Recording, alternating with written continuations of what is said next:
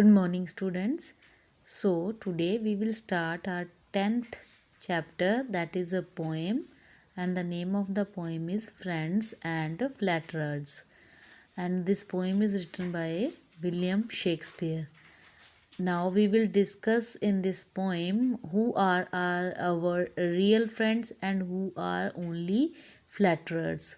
Flatterers क्या होते हैं?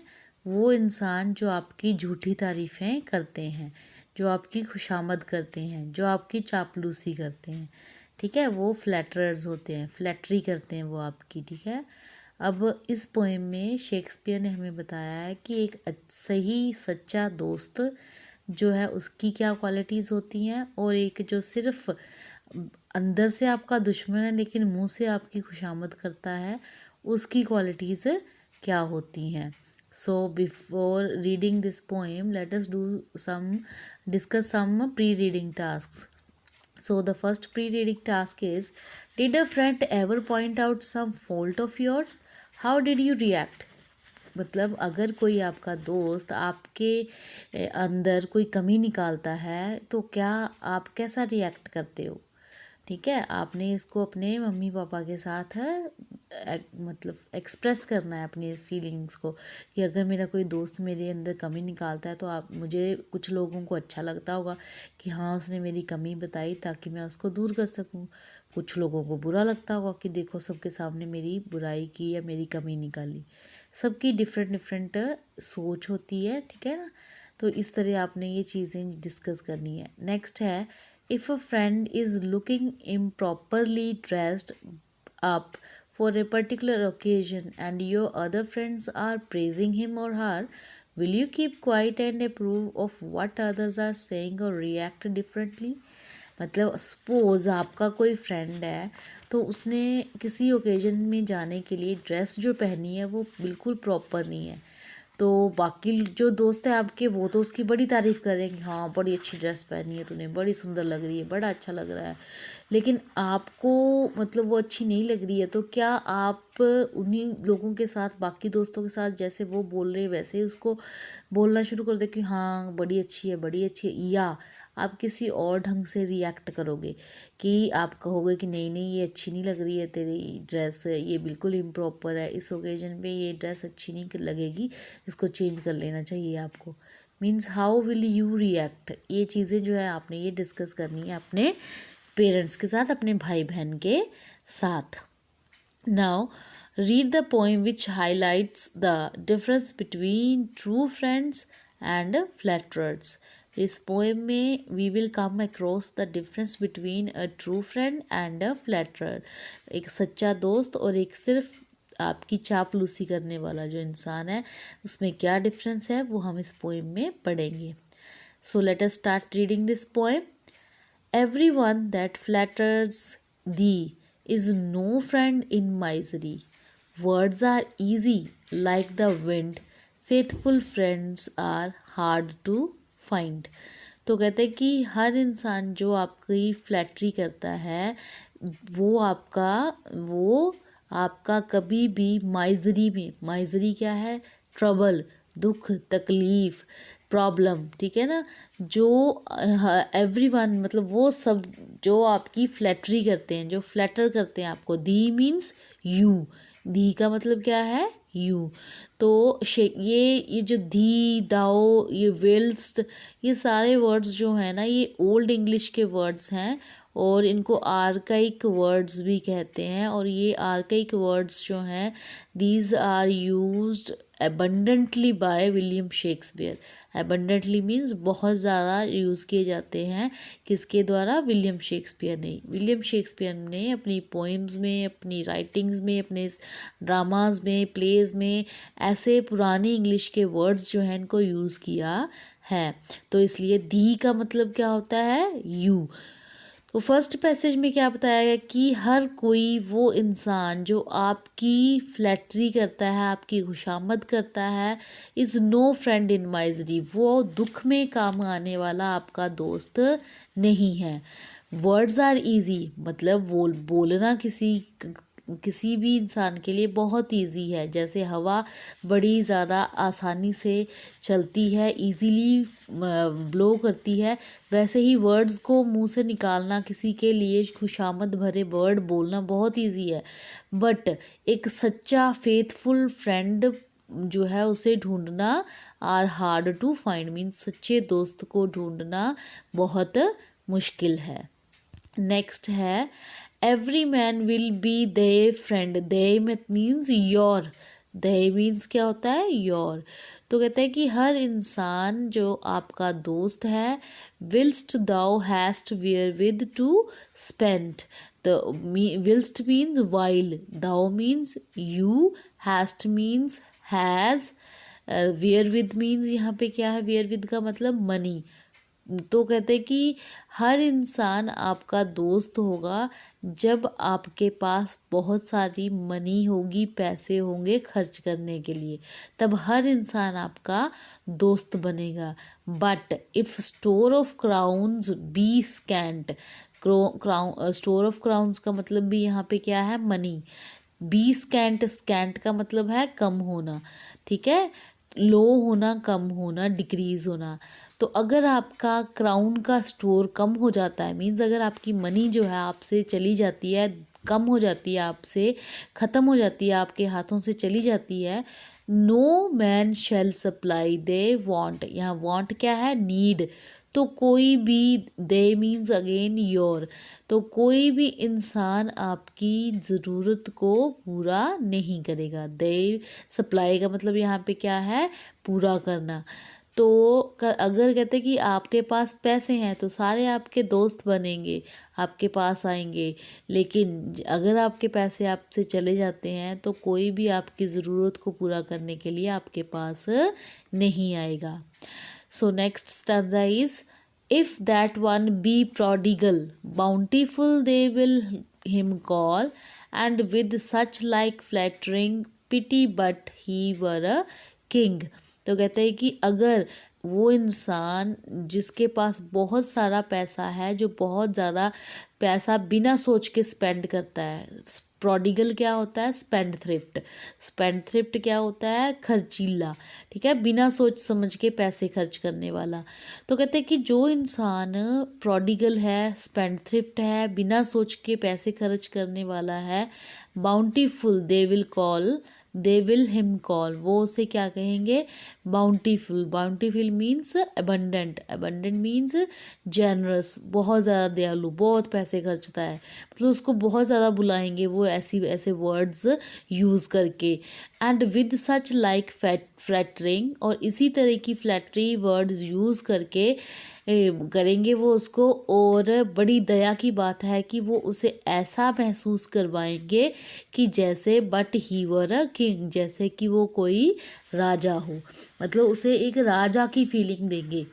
अगर तो कोई इंसान एक दूसरे इंसान पे बहुत ज़्यादा पैसा खर्च करता है बिना सोचे समझे, तो सभी उसको बहुत ज़्यादा बुलाएंगे, बहुत ज़्यादा उसकी तारीफ़ें करेंगे और उसे ऐसे ऐसे फ्लैटरी वर्ड्स यूज़ करेंगे कि उसे ऐसे महसूस करवाएंगे कि वो एक राजा है। नेक्स्ट है but if fortune once do frown then farewell his great renown, that fawned on him before use his company no more। तो कहते लेकिन अगर फॉर्चून जो है, अगर फॉर्चून का मतलब यहाँ पे क्या है, किस्मत, ठीक है, अगर किस्मत उसका साथ छोड़ दे, fortune once do frown, frown का मतलब क्या है यहाँ पे, लीव कर जाना, धोखा दे जाना। अगर एक कभी ऐसे इंसान को उसकी किस्मत धोखा दे दे, उसको छोड़ दे, मतलब उसकी जो फाइनेंशियल कंडीशन है वो ख़राब हो जाए, उसके पास कोई पैसा ना रहे, then farewell his great renown, और उसकी जो ग्रेट रिनाउन, रिनाउन क्या है, फेम, ठीक है, फेम मीन्स प्रसिद्धि, जो उसकी बहुत ज़्यादा प्रसिद्धि है वो भी उसको फेयरवेल कह दे। फेयरवेल कहना मतलब वो भी उससे दूर चली जाए। They that fawned on him before, फिर वो इंसान जो कभी उसके ऊपर फॉन करते थे, मीन्स उसकी फ्लैक्ट्री करते थे, उसकी खुशामद करते थे, यूज़ हिज कंपनी नो मोर, तो उसकी कंपनी को बिल्कुल भी यूज़ करना बंद कर देंगे, मीन्स उसका साथ देना बंद कर देंगे। इस स्टैंजा का क्या मतलब है कि अगर तो एक ऐसा इंसान जो पहले बहुत अमीर था लेकिन बाद में उसकी किस्मत उसको साथ ना दे, उसका साथ ना दे, उसकी सारी जो फेम है, उसकी प्रसिद्धि जो है उसको छोड़ के चली जाए, तो वही इंसान जो पहले उसकी खुशामद करते रहे हैं बाद में उसकी कंपनी भी करना, उसका साथ देना भी बंद कर देंगे। नेक्स्ट स्टैंजा है, he that is their friend indeed, he will help they in their need. If thou sorrow, he will weep. If thou wake, he cannot sleep. तो इसलिए असली फ्रेंड आपका कौन है? जो he that is thy friend in need indeed, असलियत में आपका, दे मीन्स योर, आपका असलियत में असली फ्रेंड कौन है? He will help the in they need, जो आपकी ज़रूरत में आपका साथ देगा, आपको हेल्प करेगा। इफ़ दाउ सोरो ही विल बीप, अगर आप दुखी होंगे तो वो रोएगा। If thou wake he cannot sleep, अगर आप जाग रहे हो तो वो नहीं सोएगा। मतलब असली फ्रेंड को पहचानना, कैसे पहचान सकते हैं हम कि आपका असली फ्रेंड वो है जब जो आपको दुख में, ज़रूरत में आपकी सहायता करेगा। आप दुखी होंगे वो रोएगा, आप जाग रहे होंगे तो वो भी नहीं सोएगा। तो ऐसा होता है एक सही सच्चा friend. Thus of every grief in heart, he with thee doth bear a part. Means इस तरह अगर कोई भी दुख आपके दिल में होगा तो वो मीन्स ही मीन्स वो सच्चा दोस्त जो है आपका, with thee doth bear, doth means does, bear means सहन करेगा, अ पार्ट एक हिस्सा। मतलब अगर आपके दिल में कभी दुख होगा तो उस दुख का एक हिस्सा वो महसूस करेगा, वो सहन करेगा। These are certain signs to know, यही जो निश्चित निशानियां हैं जो आपको पता होनी चाहिए कि एक फेथफुल फ्रेंड फ्रॉम फ्लैटरिंग फो, एक सिर्फ खुशामद करने वाला दुश्मन जो है उससे एक फेथफुल फ्रेंड को आपने कैसे पहचानना है, ये सारी उस फेथफुल फ्रेंड की निशानियां हैं। तो आई थिंक आपको पोएम क्लियर हो गई होगी। इस पोएम में हमने क्या पढ़ा कि एक जो सच्चा दोस्त होता है वो आपका दुख में भी साथ नहीं छोड़ता। तो एक जो फ्लैटरर है वो सिर्फ मुंह से फ्लैटरी करता है लेकिन मन में वो आपका दुश्मन होता है, आपका सच्चा वेल विशर नहीं होता। मुंह से मतलब वो आपकी तारीफ़ें, आपका साथ तब देता है जब आपके पास बहुत सारा पैसा होता है। जब आपके पास पैसा होता है तो आपको वो इतने बड़े बड़े वर्ड बोलता है कि आपको राजा बना देता है, क्योंकि आप बिना सोचे समझे उस पर पैसा खर्च कर रहे होते हो। लेकिन जब आपको उसको पता चलता है, भगवान ना करे कि कभी किस्मत आपका साथ छोड़ दे, आपके पास पैसा ना रहे, आपके पास कोई फाइनेंशियल कंडीशन आपकी साउंड ना रहे, तो आपका साथ वो मतलब आपकी फ्लैटरी करने वाला वही इंसान आपके साथ तक चलने के लिए तैयार नहीं होता। आपको ज़रूरत में साथ देना जो है वो बहुत ज़्यादा दूर की बात है। इसलिए पोइट कहता है कि एक असली फ्रेंड वो है जो आपके हर दुख सुख में आपका साथ देता है। आप रोते हो तो वो रोता है, आप जागते हो तो वो जागता है। तो इस तरह आपको पता होना चाहिए कि एक असली दोस्त जो है उसको हमने एक सिर्फ फ्लैटरी करने वाले दुश्मन में से कैसे पहचानना है। ये सब उस एक अच्छे दोस्त की क्वालिटीज़ हैं जो हमें एक अच्छे दोस्त को पहचानने में हेल्प करती हैं। सो मुझे लगता है आपको पोएम क्लियर होगी। Now we will do the first part of understanding the poem. Poem understand करने के लिए कुछ वर्ड्स जो हैं उनके मीनिंग्स जो हैं जंबल करके दिए हुए हैं कॉलम ए के बी में, तो आपने उसको मैच करना है। ठीक है, तो फ्लैटरर्स आपको पता चली गया फ्लैटरर्स क्या होते हैं। One who says, third one देखिए, one who says Flatterer, one who says nice things about someone without having sincere feelings for the person, मतलब वो लोग जो बिना सिंसियर फीलिंग्स रखे दूसरों के लिए बड़े अच्छे अच्छे वर्ड्स यूज़ करते हैं, उनको क्या कहते हैं हम, फ्लैटरर्स। जैसे फॉर एग्जांपल आपने कोई ड्रेस पहनी है, वो ड्रेस बिल्कुल अच्छी नहीं लग रही, लेकिन वो फिर भी आपको क्या कहेंगे, मन में होगा ऐसा अच्छा ही है, नहीं अच्छी लग रही, मैं ज़्यादा अच्छा लग रहा हूँ, लेकिन मुंह से वो क्या कहेंगे, आपकी तो ड्रेस बहुत अच्छी लग रही है, आप बहुत सुंदर लग रहे हो, आप सबसे अलग लग रहे हो। फिर जानबूझ के झूठी सी तारीफ़ें करने वालों को हम क्या कहते हैं, फ्लैटरर। तो इसको हम किसके साथ मैच करेंगे, थर्ड वन के साथ। One who says nice things about someone without having sincere feelings for the person. Next है स्कैंट। स्कैंट का मतलब क्या होता है, very little, not as much as there should be. इसका मतलब होता है स्कैंट, मतलब बहुत थोड़ा सा, जब कोई चीज़ जितनी चाहिए उतनी भी ना हो तो उसे हम स्कैंट कहते हैं। नेक्स्ट है प्रोडिगल। प्रोडिगल मैंने आपको बता दिया था, generous, one who gives away large amounts of money. Next है ग्रीफ। ग्रीफ का मतलब आपको पता ही है क्या होता है, फीलिंग ऑफ ग्रेट सैडनेस।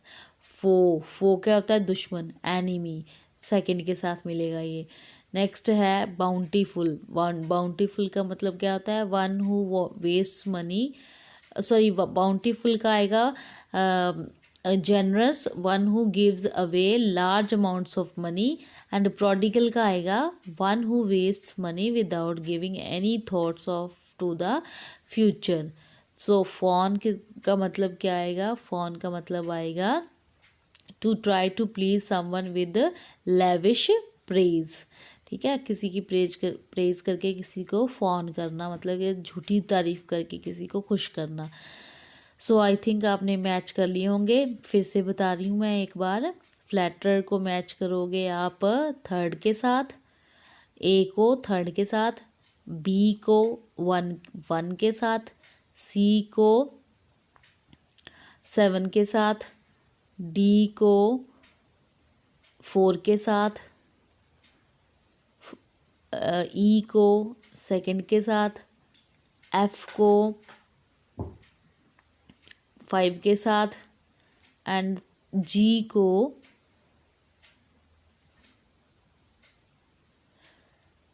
6 के साथ। तो मुझे लगता है सभी ने मैच कर लिया होगा। सो नेक्स्ट है B part. A few expressions from the poem are given along with their possible meanings. Tick the meaning that you consider to be the most appropriate one. मतलब कुछ एक्सप्रेशंस दिए हैं, उनको आपने उनके मीनिंग्स के साथ, एक्सप्रेशन क्या होते हैं, कुछ वर्ड्स ग्रुप में यूज़ किए जाते हैं, एक मतलब जैसे ईडियम्स वगैरह होते हैं, ऐसे एक्सप्रेशन बनाने के लिए पूरा का पूरा उनके मीनिंग्स नीचे दिए हैं। जो सबसे सूटेबल मीनिंग आपको लगता है, अप्रोप्रिएट मीनिंग आपको लगता है, उसको आपने टिक करना है। नेक्स्ट देखो, words are easy. Words are easy का क्या मतलब हो सकता है कि दे स्पीक ईजी वर्ड्स, या दे don't really mean what they से, या they don't know difficult words.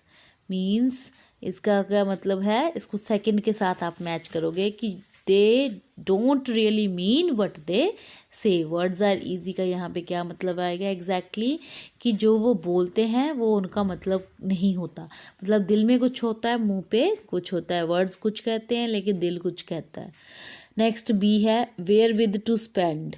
Where with to spend का मतलब क्या आता है, to place where you go and spend money, या with whom you spend money, या सरप्लस मनी टू स्पेंड। यहाँ पे क्या आएगा, वेयर विद टू स्पेंड का मतलब सरप्लस मनी टू स्पेंड, बहुत ज़्यादा पैसा, मैंने आपको बताया था इसका मीनिंग। नेक्स्ट है फॉर्चून्स वंस डू फ्रॉन। इसका मतलब क्या आएगा, one loses the money one has, someone keeps frowning, someone is fortunate.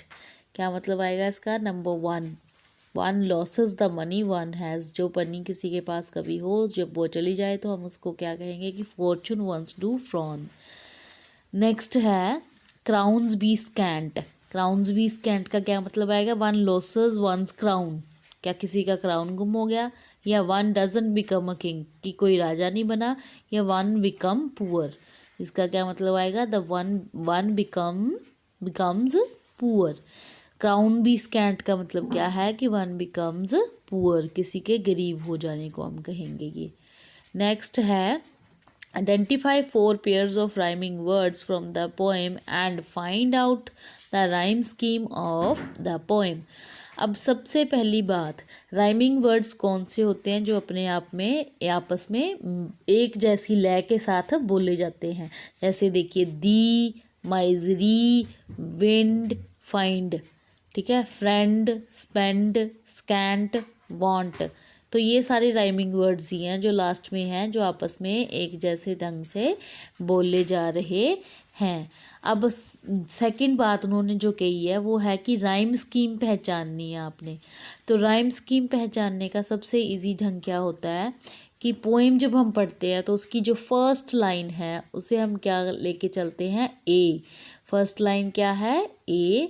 Second line अगर फर्स्ट लाइन से मिल रही है तो वो भी ए है, लेकिन अगर सेकंड लाइन फर्स्ट लाइन से नहीं मिल रही है तो वो क्या है, वो बी है। तो अगर थर्ड लाइन जो है वो ए से मिल रही है तो वो भी ए है, अगर वो बी से मिल रही है तो वो बी है। इसी तरह से फोर्थ लाइन अगर ए से मिल रही है तो वो ए है, बी से मिल रही है तो बी है, ठीक है ना। इस तरह से अब देखिए यहाँ पे फर्स्ट लाइन में लास्ट वर्ड है दी, तो सेकंड लाइन में लास्ट वर्ड है माइजरी।